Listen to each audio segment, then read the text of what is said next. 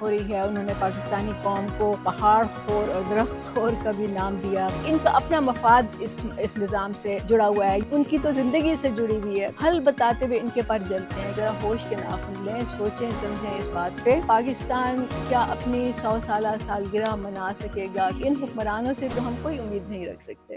ابھی میں نے حامد میر کا ایک بہت لمبا ویلاگ سنا, اور اس میں ساری انہوں نے سیلاب کے بارے میں بات کی کہ کیا کیا پرابلمز ہیں, درخت کیسے کاٹے جا رہے ہیں, سٹون کرشنگ کیسے ہو رہی ہے. انہوں نے پاکستانی قوم کو پہاڑ خور اور درخت خور کا بھی نام دیا, اور انہوں نے کہا کہ کیسے کرپشن اس میں انوالوڈ ہے. اور پھر انہوں نے کہا کہ اس وقت پارلیمنٹ میں یعنی کہ قومی اسمبلی اور سینٹ ملا کے یہاں پہ 100 ممبران ایسے ہیں جن کا ڈائریکٹ تعلق ہے درخت کاٹنے کے کاروبار یا سٹون کرشنگ کاروبار میں. مطلب وہ بیسیکلی یہ کہنا چاہ رہے تھے کہ یہ لوگ اس میں ملوث ہیں. اور پھر انہوں نے بات کی سوسائٹیوں کی کہ وہ کیسے دریاؤں کے راستے میں بنائی ہیں. اس کی انہوں نے مثال دی اسلام آباد میں سواں جو دریا ہے اس پہ کیسے سوسائٹی بنائی گئی اور اب وہاں پہ کیا تباہی ہو رہی ہے. اسی طرح انہوں نے بہت سی مثالیں دی. انہوں نے کہا کہ میں بنیر بھی گیا, سوات بھی گیا, سوابی بھی گیا, وغیرہ وغیرہ. انہوں نے کہا کہ جی سڑکیں اور پل جو ابھی نئے نئے بنے ہوئے تھے, مطلب چند مہینے ان کو بنے ہوئے تھے, تو وہ کس طرح سے بارش میں بہہ گئے اور اس طرح سے نقصان ہوا ان کا.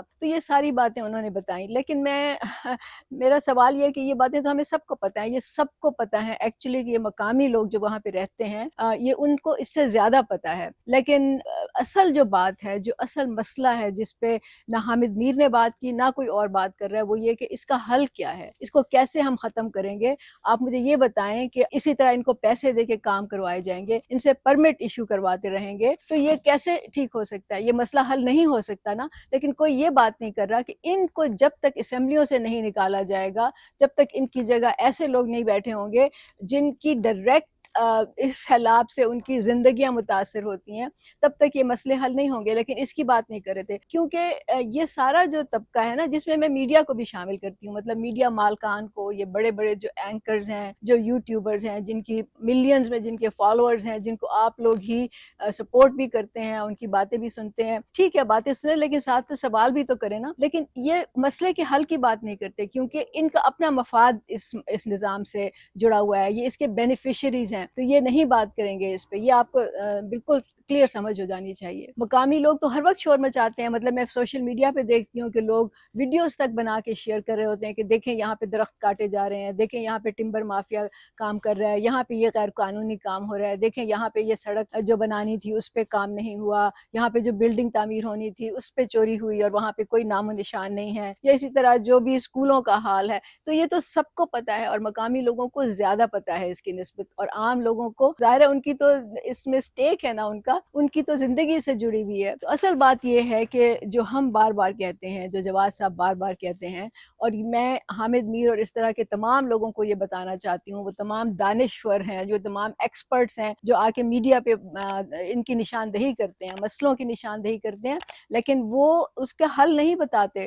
حل بتاتے ہوئے ان کے پر جلتے ہیں, کیونکہ ہم یہ کہتے ہیں کہ جب تک عام لوگ اسمبلی میں نہیں بیٹھیں گے, جب تک ان کرپٹ حکمرانوں کو یا ارب خرب پتی حکمرانوں کو اسمبلیوں سے نکال کے اس کی جگہ عام لوگوں کو نہیں بٹھایا جائے گا, کیونکہ ان کے ہی مسئلے ہیں, تب تک یہ نظام صحیح نہیں ہو سکتا. لیکن اس کی کوئی بات اس لیے نہیں کرتا کہ پھر یہ نظام ختم ہو جائے گا. یہ تو نظام الٹ پلٹ ہو جائے گا نا. اگر عام لوگ اسمبلیوں میں بیٹھیں, آپ سوچیں, تو ان کی تو ساری کرپشن ختم ہو جائے گی, ان کے تو سارے جو تعلقات سے جس وقت جو کاروبار چل رہے ہیں, ان کو جو سبسڈیز مل رہی ہیں, وہ ساری کی ساری ختم ہو جائیں گی. تو یہ لوگ نہیں چاہتے. آپ مجھے خود بتائیں, کون چاہے گا کہ اس طرح سے ان کے کاروبار جو ہیں وہ ٹھپ ہو جائیں؟ تو ہم بار بار یہی کہتے ہیں, اور بارابی پارٹی بنائی اس لیے گئی ہے کہ عام لوگوں کو اس کے بارے میں ایجوکیٹ کیا جائے, اس کے بارے میں ان کو معلومات دی جائے, ان کو سیاسی شعور دیا جائے, اور پھر ان کو متحد اور منظم کر کے سیاست میں لایا جائے. کیونکہ آپ نے کبھی دیکھا کہ کسی جو میں پہلے بھی کہہ چکی ہوں, آپ نے کبھی دیکھا کہ کسی وزیر اعظم کی یا کسی اور وزیر کی, کسی ایم این اے کا,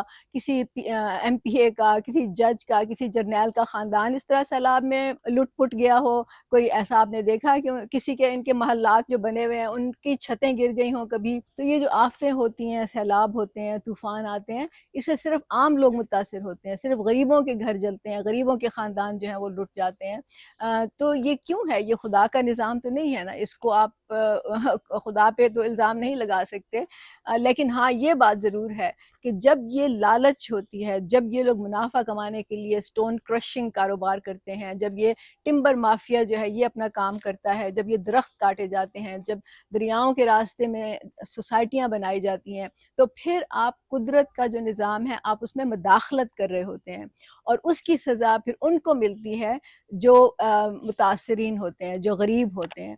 ان کو تو کوئی سزا نہیں ملتی، یہ تو پھر بھی آپ دیکھ لیجئے اگلے سال پھر یہی ہوگا، اگلے سال پھر سیلاب آئیں گے، کوئی منصوبہ بندی نہیں ہوگی۔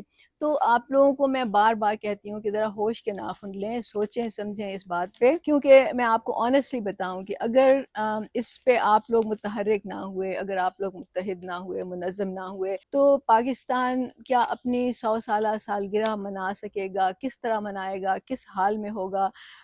یہ آپ کو سوچنے کی ضرورت ہے۔ تو یہ تو فیصلہ اب آپ کا ہے، کیونکہ ان حکمرانوں سے تو ہم کوئی امید نہیں رکھ سکتے۔